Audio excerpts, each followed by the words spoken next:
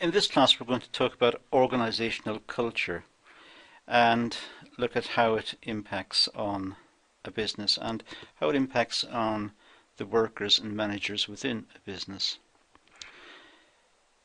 For a start, let's look at some definitions. Now, I'm not going to go through these in any great detail.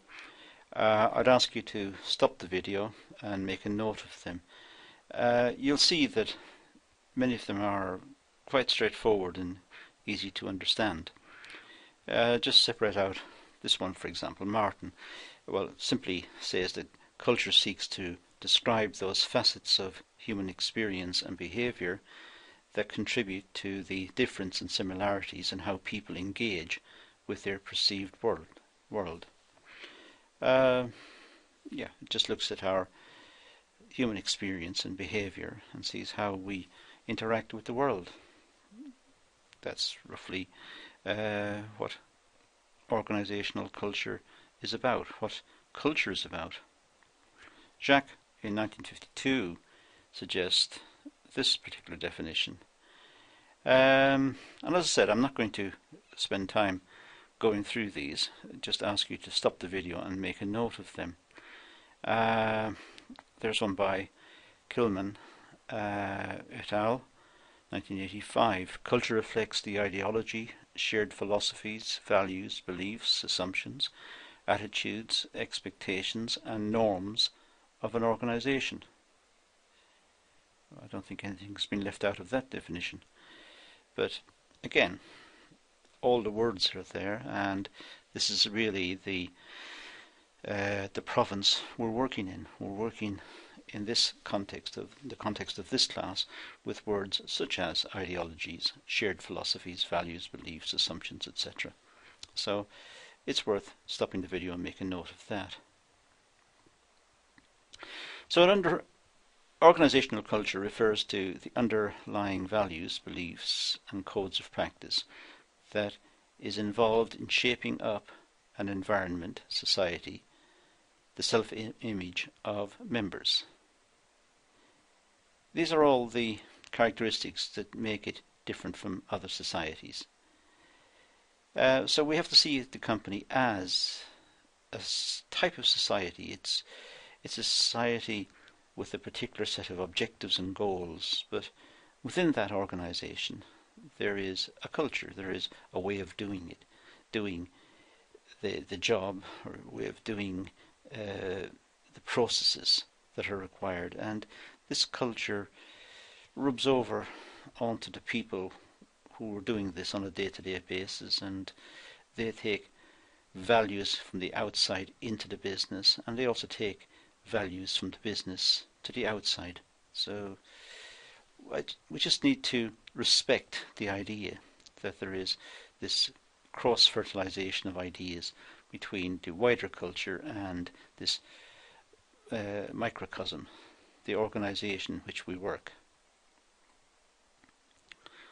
So organizational culture has a range of elements such as symbolism and leadership, which is used to enhance the employee commitment. So companies have particular procedures, which symbols, ways of identifying the business, or styles of leadership that engage the workers. And so the idea is to build some relationship with the organizational culture which will foster employee commitment.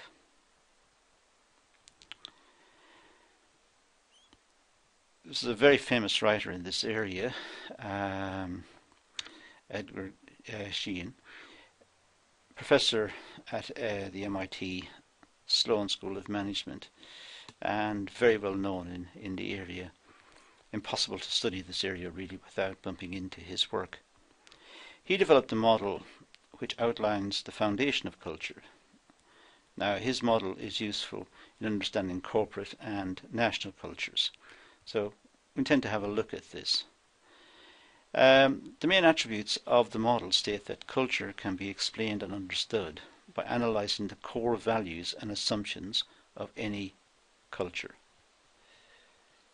So it says by analysing the core values and assumptions. The core values and assumptions. We need to come back to that. So Sheehan's layers of cultural analysis. Well, we can start at level 3, which is the underlying assumptions. Now we'll talk about those again in a moment. So you have the underlying assumptions of the culture. What do people really believe? Which generates our common values, our beliefs, attitudes and norms. So these rest on our underlying assumptions. So it moves us to what we believe. And once we've got our beliefs and attitudes and norms, we have our perceived culture, what we actually see, what we identify as the culture. So it's in 3 levels. Now, let's work in reverse order. Let's start with the perceived culture. This refers to the visible aspects of a culture, and it's the most obvious level. Here we're talking about artifacts. We're talking about visible elements of a culture. It can be anything. It could be a flag, or it could be a monument, or it could be within a business. It could be a status symbol within the business, a prize that the business has won, or it's something which the business is proud of, the same as the country is proud of a certain achievement. So the perceived culture refers to the visible aspects, and it's the most obvious level. It's mostly recognized by people who are not part of the culture.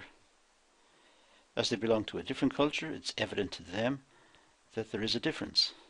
We experience this all the time when we go on holiday to a different country. The first thing happens to us when we go to a very exotic country, perhaps somewhere on the other side of the world, when we get off the plane, we see different ways of dressing, different ways of acting, different procedures. That is a different culture, a different way of doing things. And sometimes outsiders may find it difficult to understand why there are these differences. These are factors that describe the group in action, such as dress code. There's differences in furniture, the working climate, the routines. Stories are important. Stories make up the culture. Stories are inherited ideas or beliefs, which may be right or wrong in terms of factual content, but they are stories that are passed from generation to generation. There are ceremonies, and all societies more or less have got them. Even new societies, like say America, a relatively new country, they've got their ceremonies, which are important to them in the same way as ceremonies are important to some ancient culture, perhaps to the people in the Amazon. And within organizations, we have organizational structures, that ways of doing things that managers want to preserve. They want to preserve the best of a procedure, or they want to maintain something that they're proud of, an achievement they had perhaps from the past. I agree, this may be actually holding the business back. It may not be the most efficient way of doing it, but it's a part of the culture of the business. And changing culture is a difficult thing to do. Now the common values, well, this level looks into the factors that determine the perceived culture. These common values are developed by leaders on the basis of shared assumptions. So the common values are what unites people within the culture. But what unites them must be deeper. It must go back to some sort of fundamental idea, some sort of important shared assumption. If they didn't have that foundation, then perhaps they would not be united in their common values. For example, how the company should undertake its daily routines, how employees should be managed and motivated. Now, the managers within a business will have to agree upon this and have a common approach to management and to motivation. But that must be based on their united belief, their common belief that there is a good way to do this, and that the way that they select will be the most efficient, and everyone will be happiest, and it's the way to do it. It's vital that common values developed by leaders are supported by general assumptions of the culture. If there's a mismatch between the common beliefs and the core assumptions, it will break down. There will be conflict between the two. If people say their common belief is, and they're operating according to that common belief, but it's at variance with the fundamental assumptions, then that will not maintain itself. It will collapse. The underlying assumptions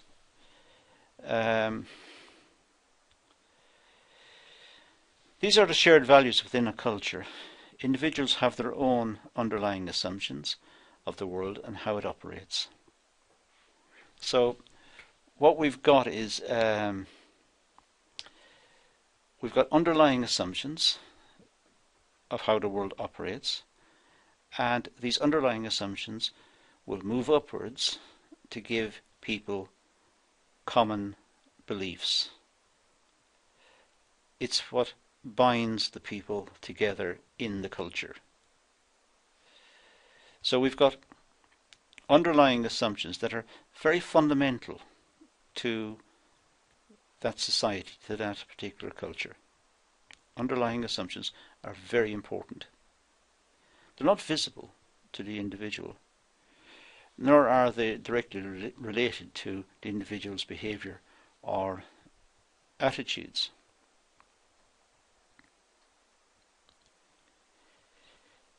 They articulate human nature or human relations.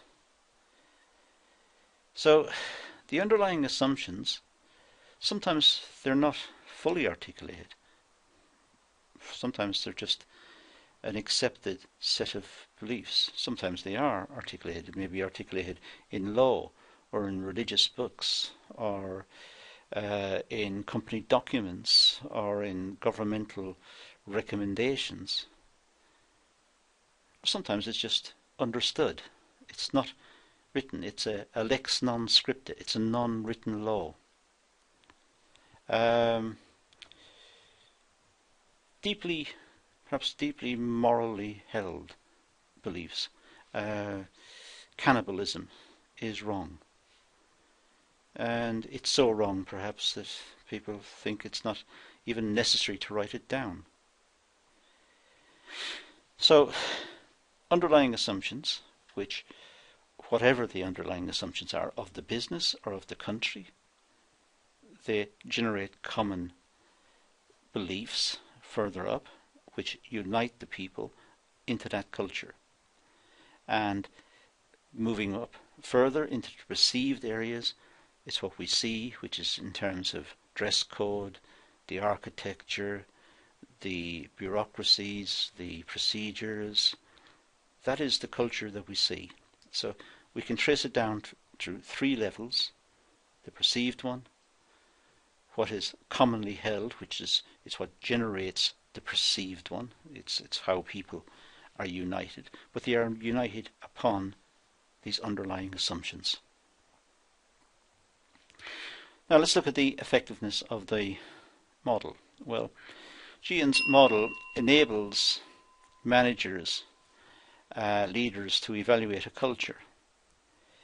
They'll be able to understand and analyse the relationship between assumptions and business practices within an organisation.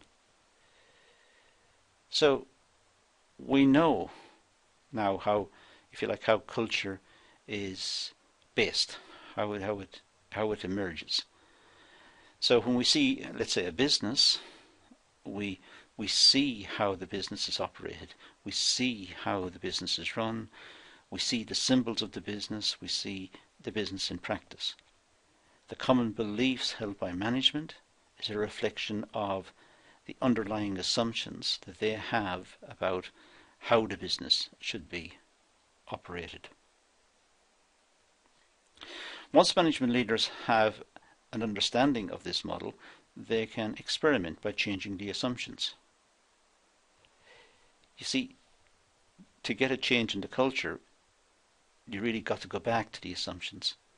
You got to change, in the case of a business, you got to change the assumptions of, let's say, in terms of motivating people, how the workers are motivated. Perhaps a different model of motivation needs to be put in place. That's the underlying assumption. People will respond in a certain way to particular motivators. If the management believe that, it'll go to a common belief amongst the management, and what we will observe then at the final phase, the perceived level, is that the workers are responding to this set of motivators or are not responding.